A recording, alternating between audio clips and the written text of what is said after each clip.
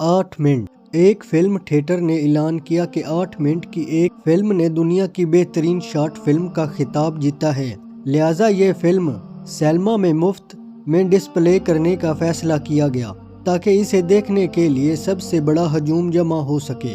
Movie ایک کیمرے کی چھت کی تصویر سے شروع ہوئی تھی جو کسی بھی سجاوٹ اور کسی بھی نقشہ نگار سے خالی ہے، صرف ایک سفید چھت۔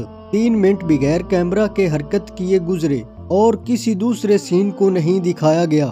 مزید 3 منٹ بھی بغیر کیمرے کے حرکت کیے اور منظر کو تبدیل کیے بغیر گزرے اور 6 بورنگ منٹ کے بعد دیکھنے والوں نے آوازیں لگانا شروع کر دیں۔ ان میں سے کچھ تو تھیٹر ہال چھوڑ کر جانے لگے تھے اور ان میں سے کچھ لوگوں نے تھیٹر کے اہلداروں پر اعتراض کیا کہ انہوں نے چھت دیکھنے میں اپنا وقت ضائع کیا ہے۔ پھر اچانک اکثریت میں تشویش پیدا ہونے لگی اور وہ رخصت ہونے ہی لگے تھے کہ بغیر کسی تفصیل کے کیمرہ آہستہ آہستہ چھت سے دیوار کی طرف چلا گیا، یہاں تک کہ وہ نیچے کی طرف فرش کی طرف پہنچ گیا۔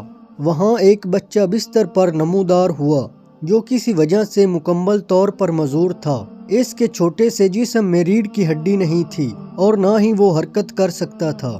اس کی نظر اسی خالی سفید چھت کی طرف تھی اور آنکھوں میں آنسو نمایاں تھے۔